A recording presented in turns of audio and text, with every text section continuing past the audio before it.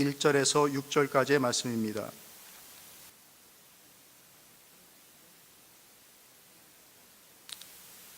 사사기 8장 1절에서 6절까지의 말씀 함께 교독하도록 하겠습니다. 에브라임 사람들이 기드온에게 이르되 내가 미디안과 싸우러 갈 때에 우리를 부르지 아니하였으니 우리를 이같이 대접함은 어찌 됨이냐 하고 그와 크게 다투는지라. 기드온이 그들에게 이르되 내가 이제 행한 일이 너희가 한 것에 비교되겠느냐. 에브라임의 끝물 포도가 아비에셀의 만물포보다 낫지 아니하냐. 하나님이 미디안의 방백 오렙과 스웹을 너희 손에 넘겨주셨으니 내가 한 일이 어찌 능히 너희가 한 것에 비교되겠느냐 하니라. 기드온이 이 말을 하매 그때 그들의 노여움이 풀리니라. 기드온과 그와 함께 한 자 300명이 요단강에 이르러 건너고 비록 피곤하나 추격하며 그가 숫곳 사람들에게 이르되 나를 따르는 백성이 피곤하니 청하건대 그들에게 떡덩이를 주라. 나는 미디안의 왕들인 세바와 살문나를 뒤를 추격하고 있노라 하니 숫곳의 방백들이 이르되 세바와 살문나의 손이 지금 내 손 안에 있다는 거냐. 어찌 우리가 내 군대에게 떡을 주겠느냐 하는지라. 기드온이 이르되 그러면 여호와께서 세바와 살문나를 내 손에 넘겨주신 후에 내가 들가시와 찔레로 너희 살을 찢으리라 하고 거기서 브누엘로 올라가서 그들에게도 그같이 구한즉 브누엘 사람들의 대답도 숫곳 사람들의 대답과 같은지라. 아멘. 사사기는 여호수아가 죽은 지 그 이후에 그리고 사울 왕이 왕으로 세워지기 그 전까지 약 350년 동안의 기간이 사사기에 기록되어져 있는 그 내용입니다. 그 사이 이스라엘 백성들은 하나님을 잘 섬기기도 하고 또 하나님을 잘 섬기지 못하기도 하고 스스로 하나님을 저버리고 멀리 가기도 하고 그들 욕심을 따라서 우상을 섬기고 하는 그런 일들을 반복적으로 하게 되어집니다. 그래서 하나님을 멀리 떠났을 때에는 하나님으로부터 또는 외부로부터 고난과 어려움이 오게 되어지고 그 극심한 고난이 심해지면 하나님 앞에 부르짖고 도와달라고 요청하고 하는 일들, 그러면 하나님께서 다시 그들을 구원하고 하는 일들, 이런 일들이 반복적으로 벌어져요. 그래서 그들은 7번 하나님을 잃고 7번 고난을 받고 7번 구원을 얻습니다. 이게 사사기에 반복적으로 나오는 내용들인데 가만히 보면은 좀 이스라엘 백성들이 어쩌면 저들을 저렇게 똑같은 일들을 계속해서 반복하면서 고난을 계속 받을까. 그 조상들이 고난받는 것들을 뻔히 봤었을 텐데, 역사로 알 텐데 또 하나님을 멀리하고 또 고난을 또 받을까 하는 그런 뭐랄까 안타까움들, 좀 답답함들, 이런 것들이 느껴질 때가 있어요.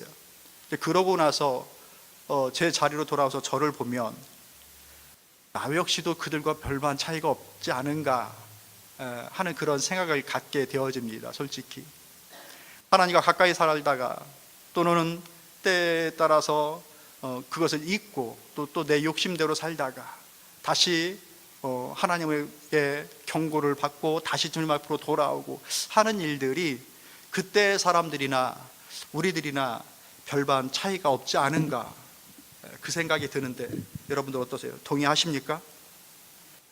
네, 대단히 양심적이시네. 근데 참 중요한 것은 그때마다 하나님은 사람을 세우십니다. 극심한 고난과 어려움에 처해져 있을 때에, 그리고 하나님 앞에 부르짖을 때에 하나님은 그때마다 사람을 세워주셔요. 그래서 그 백성을 구원하여 주십니다. 그 가운데 담겨져 있는 것이 구원의 하나님, 이 모습인 거예요.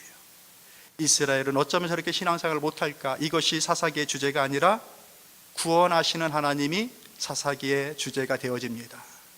비록 우리는 연약해서 하나님을 떠나기도 하고 우리 욕심 따라서 하나님을 멀리할 수도 있고 그런 상황이 되어지지만 우리가 마음을 돌이켜 하나님 앞에 서기만 하면 하나님은 언제든지 그 백성을 구원하여 주신다라는 겁니다.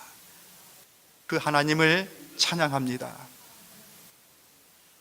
그런데 보면은 사람을 세우시는데 우리는 이 사사들을 보면서 참 대단한 사람들, 대단한 인물들, 특히 우리가 잘 알고 있는 삼손 같은 사람들, 이런 사람들 보면은 하나님은 대단한 인물을 세워서 그 백성을 구원하시는구나 이렇게 생각할 수도 있는데 아니에요. 사실은 그렇지가 않아요. 하나님은 연약한 자들을 세우십니다. 연약한 자들을 세우셔서 그들을 강하게 하셔서 구원을 이루어 주십니다. 오늘 본문 말씀 속에도 본문이 아닌 7장 2절에 그 뜻이 담겨져 있는데 혹시 있어요? 우리 같이 읽어볼게요.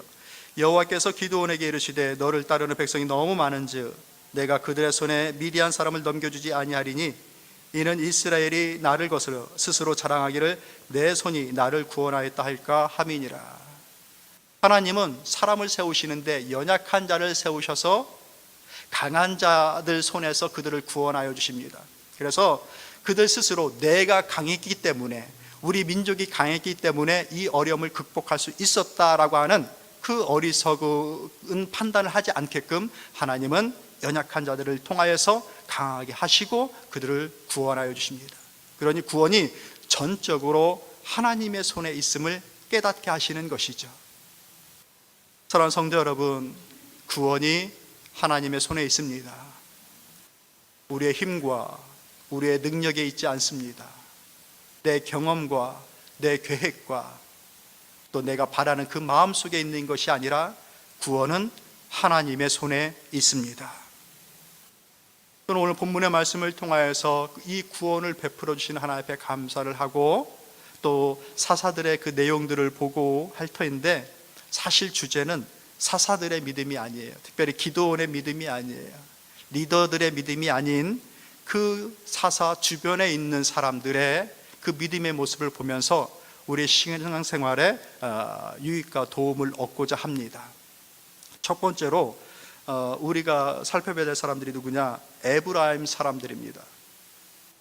1절에 있는데 여러분들 1절 말씀 우리 한번 같이 읽어볼까요? 시작.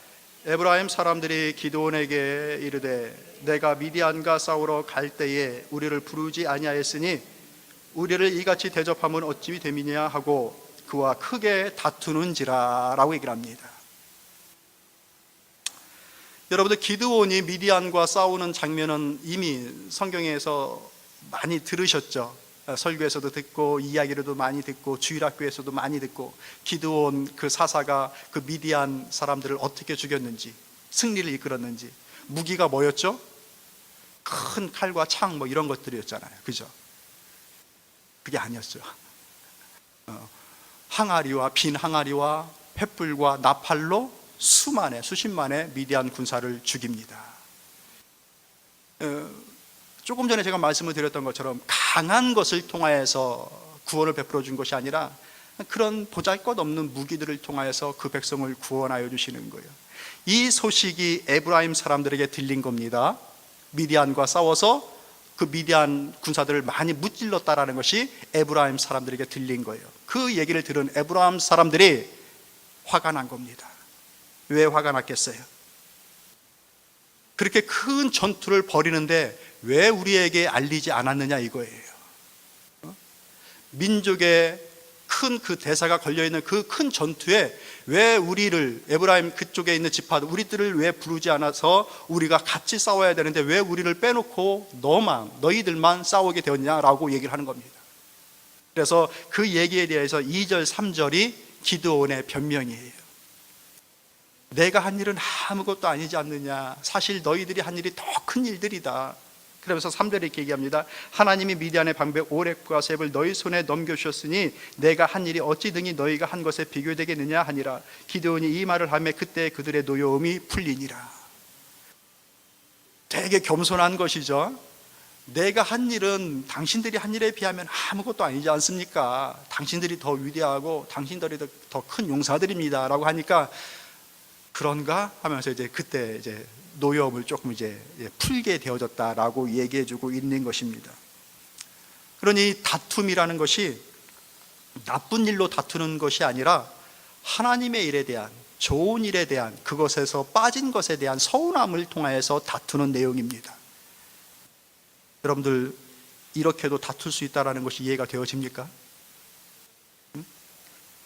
이 말씀을 우리는 특별히 우리 오늘날의 우리의 교회 생활과 이렇게 접목해서 잘 받아야 될 필요가 있습니다.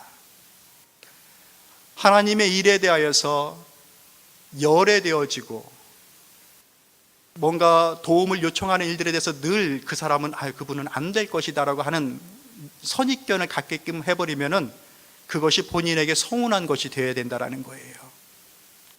열애가 되어져 버리면은 이게 본인에게 서운한 일이 되어야 된다는 얘기입니다. 공감들을 안 하시는데, 열애돼서 좋은 것은 군대 생활할 때나 열애돼서 좋은 거지, 교회 생활에 있어서 열애가 되어지는 것은 좋은 일이 아닙니다.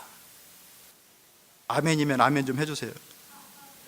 전혀 그 좋은 걸 왜요? 이 표정들이어서 내가 지금 당혹스러운데, 지금 설교를 준비하면서 내가 이렇게 하면 여기서 다 아멘이 나오겠구나 그 생각을 했는데, 교회 생활에 있어서 열애가 되면 안 됩니다. 그리고 이런 일들에 있어서 이분은 안 될 거야 라고 미리 그렇게 되어져 버리면 본인에게 있어서 이것이 안타까운 일이 되어야 되는 거예요. 이 에브라임 사람들처럼 싸우는 일이 되어야 된다는 얘기입니다. 아니 그 일에서 왜 나를 뺐어? 놀러 가는데 왜 나를 뺐어? 이 얘기 아니라 아니 그 일에 있어서 왜 얘기를 안 했어? 이렇게 나와야 되는 것이죠. 하나님의 교회는 하나님의 밭이라고 얘기했습니다. 하나님의 집이라고 얘기했습니다. 바울은 고린도전서 3장 9절에서 이렇게 얘기합니다. 우리는 교역자들은 하나님의 동역자들이요 너희는 교회는 하나님의 밭이요 하나님의 집이니라 라고 말씀하십니다. 하나님의 교회는 그 교회가 크건 적던 간에 하나님의 밭으로서 하나님께서 원하시는 그 열매를 만들어내는 그 일터로서의 그 역할을 감당해야 됩니다. 시골에 가면 큰 밭도 있고 작은 밭도 있는데 각각의 밭마다 거기에 맞는 열매를 맺게 농부는 열심히 그 밭을 일굽니다. 교회는 그런 곳입니다.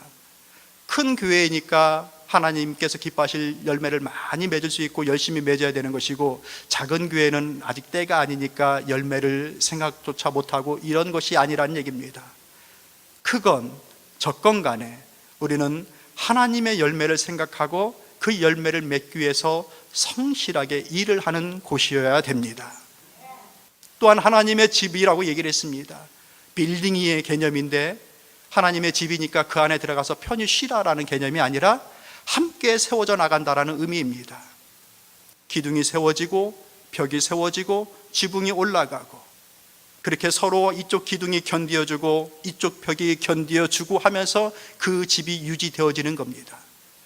하나의 건물이 잘 유지될 때에 같이 연결하여서 또 다른 건물이 세워지고 올라가게 되어지는, 연속하여서 확장되어지는 빌딩으로서의 하나님의 집입니다.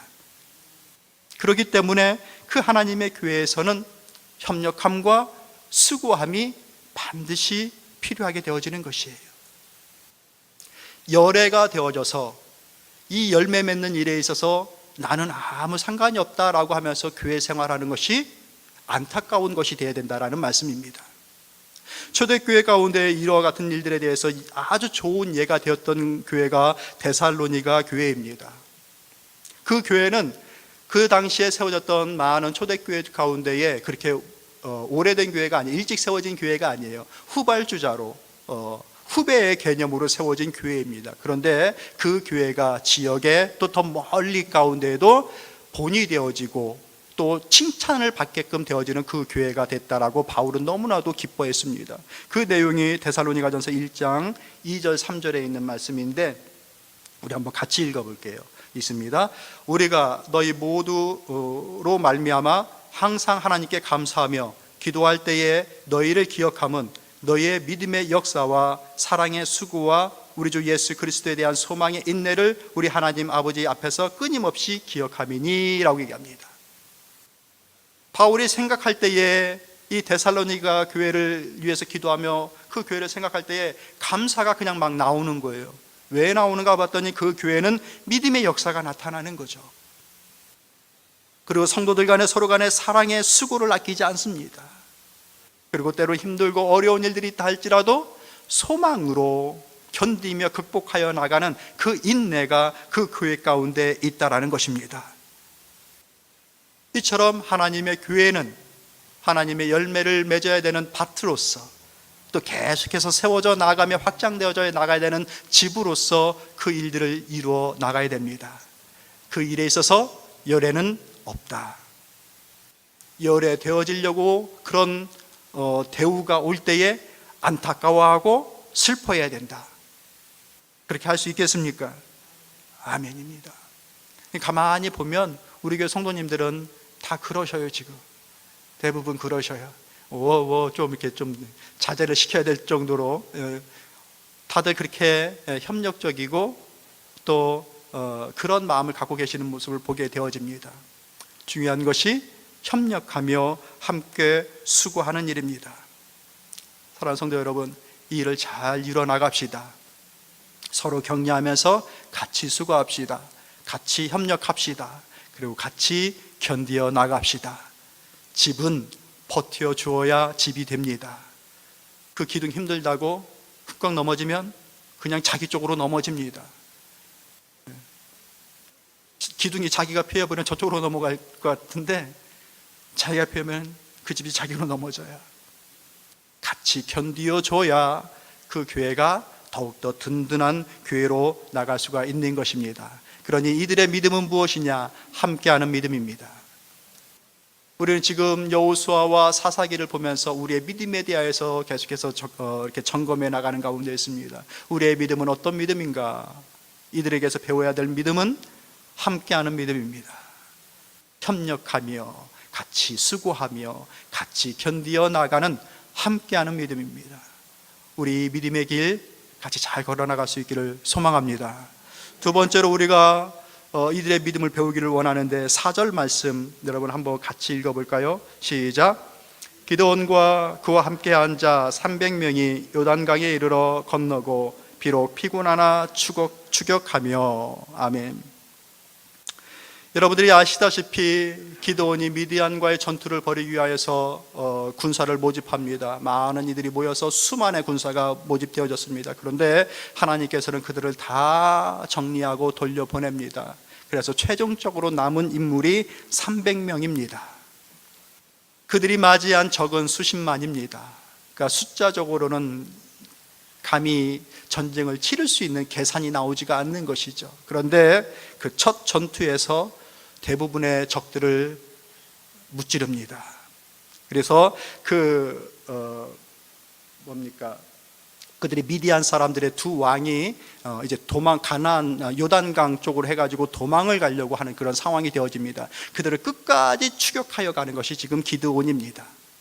그의 마음 가운데는 마지막까지 이 적들을 다 무찔러야 본인에게 주어진 이 모든 임무를 다 완수하는 것이다, 끝내는 것이다 라고 하는 그 마음을 가지고서 지금 마지막 적까지, 그 왕까지 다 잡으려고 나아가는 가운데 있는 것입니다. 그런데 그들의 처지와 형편이, 기드온을 따라 나아가는 그 군사들의 처지가 이 4절 말씀에 그대로 나오는 것이죠. 뭡니까?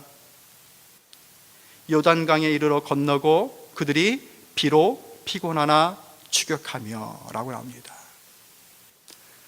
계속 기운이 팔팔한 상태가 아니라는 거예요.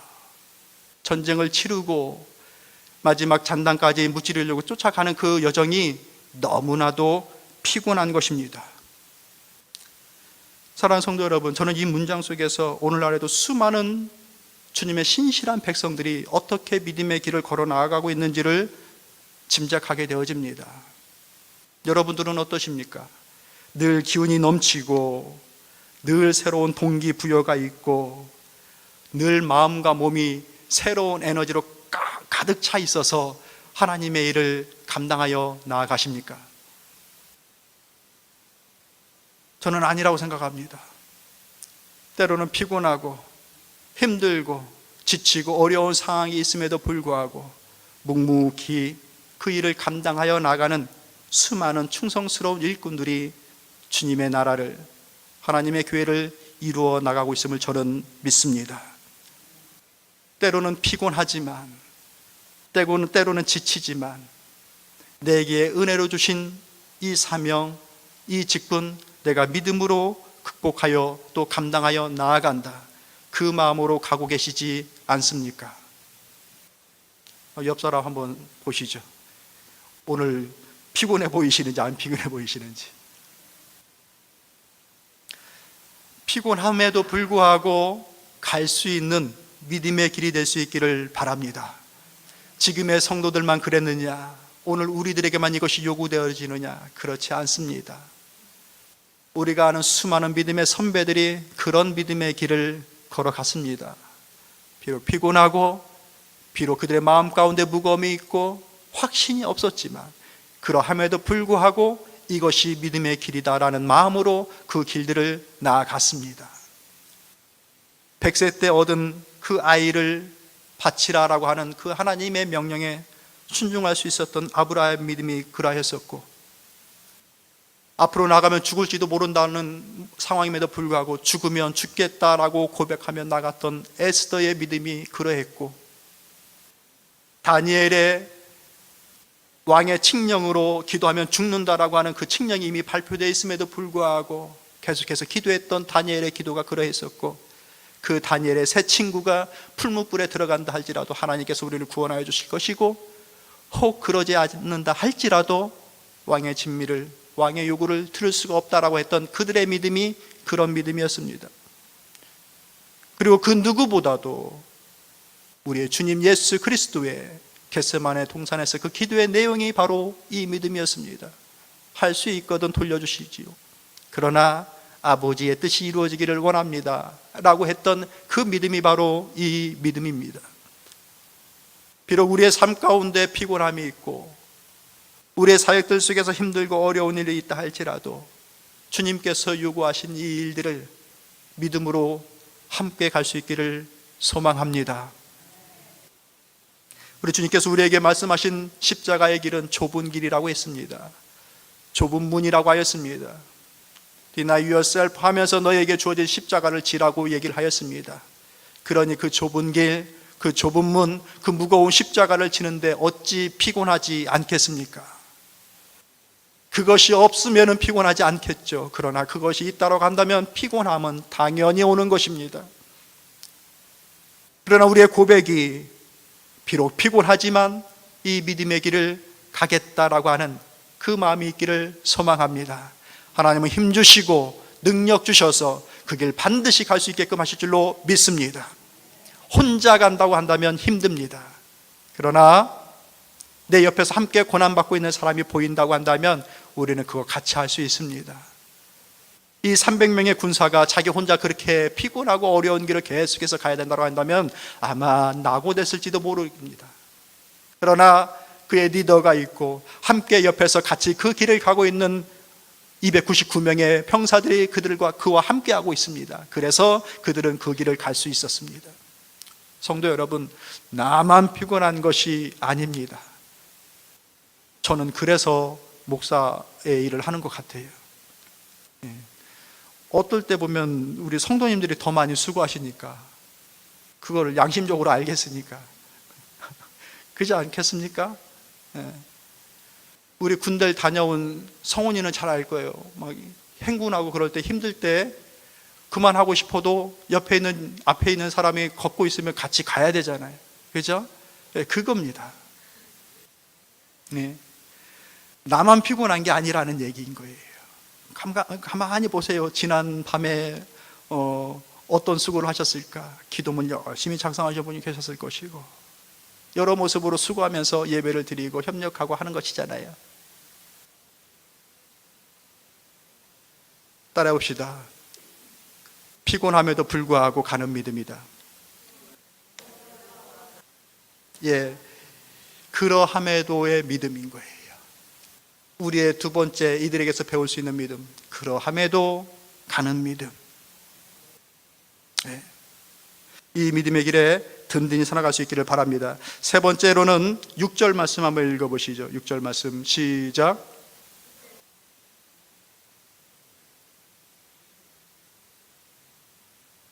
어찌 우리가 내 군대에게 떡을 주겠느냐 하는지라. 아멘. 숙국과 분엘의 그 사람들의 믿음의 형태인데, 이 믿음은 절대로 따라해서는 안 되는 믿음인 것이죠. 우리가 거부해야 되는 믿음인 것입니다. 기드온은 이제 남은 뒤에 보면 아직까지 한 15,000명 정도의 군사를, 마지막 잔당들을 잡으려고 가는 중에 있는 것입니다. 그런데 군사들을 보니 이들이 너무 지쳐 있고 허기가 진 것이 보여지는 것이에요. 그래서 가는 그 통로에 있는 그 마을에서 이 사람들에게, 우리 군사들에게 좀 떡을 좀 주십시오라고 요청하고 있는 것입니다. 이것은 아주 상식적인 도움이고 요청입니다. 그리고 그 민족이에요. 자기의 민족의 구원을 위하여서 싸우고 있는데 다른 민족에게 지금 나의 군사들에게 떡을 좀 달라고 요청하고 있는 것입니다. 이것은 너무나도 상식적인 도움의 요청인데, 그들의 대답이 이런 것입니다. 수굽의 방백들이 이르되 세바와 살문나의 손이 지금 내 손에 있다는 것이냐, 어찌 우리가 내 군대에다가 떡을 줄 수 있겠느냐라고 대답한 것입니다. 지금 그들의 목숨이 내 손에 있느냐라고 묻는 거예요. 그것이 아닌데 내가 어떻게 너를 도와줄 수 있겠느냐라고 얘기를 하는 것입니다. 사실 이런 청은 너무나도 당연하게 들어줘야 되는 것.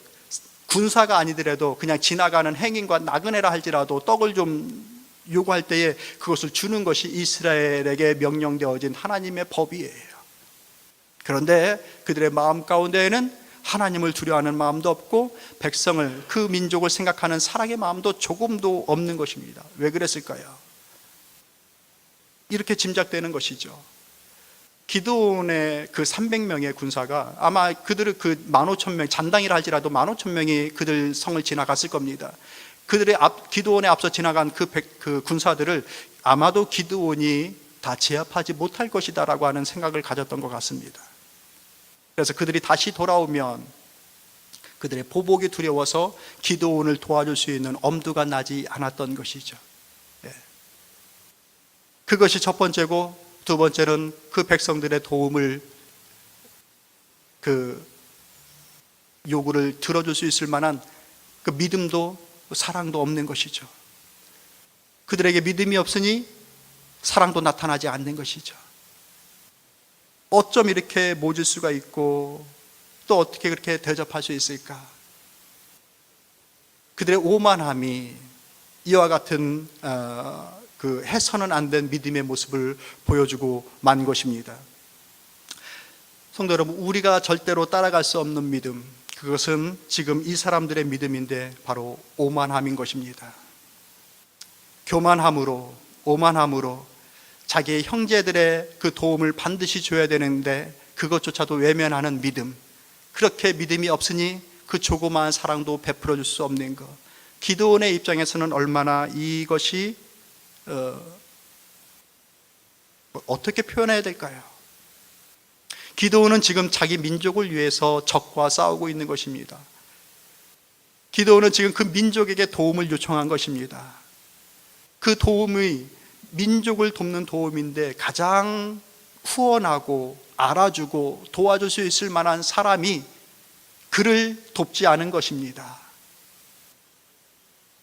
가장 후원하고 내부에서 도와줘야 되는데 내부에서 그를 도와주지 않은 이 처지를 겪게 되어진 것입니다. 그래서 돌아와서 그가 기드온이 약속한 대로 이 숫국과 또 분엘은 하나님으로부터 형벌을 받고 맙니다. 그들의 오만함이 결국에는 그들에게로 화로 오게 되어진 것이죠. 말씀을 정리하도록 할게요. 우리는 지금 믿음의 길들을 보고 있는 것입니다. 리더들의 믿음이 아닌 그 리더 외에 있는 에브라임 사람들과 300명의 용사와 숫국과 분우엘 사람들의 그 믿음의 형태를 우리가 봤던 것입니다. 우리가 믿음의 길을 어떻게 걸어가야 될 것인가, 특별히 교회 일과 관련하여서 어떤 믿음으로 교회 일들을 이루며 나가야 될 것인가. 첫 번째는 함께 하는 겁니다. 할렐루야. 교회는 함께 하는 겁니다. 하나님의 밭이고 하나님의 집입니다. 그 밭에서 하나님의 열매를, 하나님께서 기뻐하실 열매를 같이 생산해내는 겁니다. 교회는 그런 일터입니다. 내 수고가 들어가는 것이 하나님의 일입니다. 그러함에도 불구하고 비록 피곤하나 함께 피곤을 겪고 있는 내 옆에 있는 동료를 바라보면서 힘을 내어 함께 믿음의 길을 걸어 나갑시다. 때로는 힘들어서 이것저것 얘기할 때가 있는데, 주변 이제 목사님들과 얘기할 때 보면은 얘기를 하면은 은근히 즐기는 것 같아요. 이 힘든 얘기를 들으면서 본인들은 힘을 얻는 것 같아요. 이해가 되시죠? 사람들이 나 힘든 것을 들으면서 자기들이 위로받습니다. 그런 일들에 쓰임 받는 거예요, 우리가. 그러니까 주변에 힘들고 어려운 일들을 보면서 그들도 그렇게 가는구나, 나도 가야지, 이 믿음으로 함께 갈 수 있기를 바랍니다. 오만함과 그 믿음이 적음을 인하여서 사랑이 나타나지 않는 것은 우리가 특별히 경계해야 되는 것입니다. 오만함은, 교만함은 절대로 하나님과 할 수 있는 믿음의 덕목이 아닙니다. 아니, 거기 안에 들어올 수도 없는 것입니다. 믿음의 바운드리에서 이것은 밖에 있는 것들입니다. 오만함과 교만함은 절대로 믿음 안에서 들어와 할 수 있는 일들이 아닌 것입니다. 사랑하는 성도 여러분, 우리 기록해 하나님께서 기뻐하실 만한 믿음의 일들을 충성스러운 주님의 백성들이 되어 갑시다. 할렐루야. 우리 다 같이 자리에서 일어나 찬양드리겠습니다.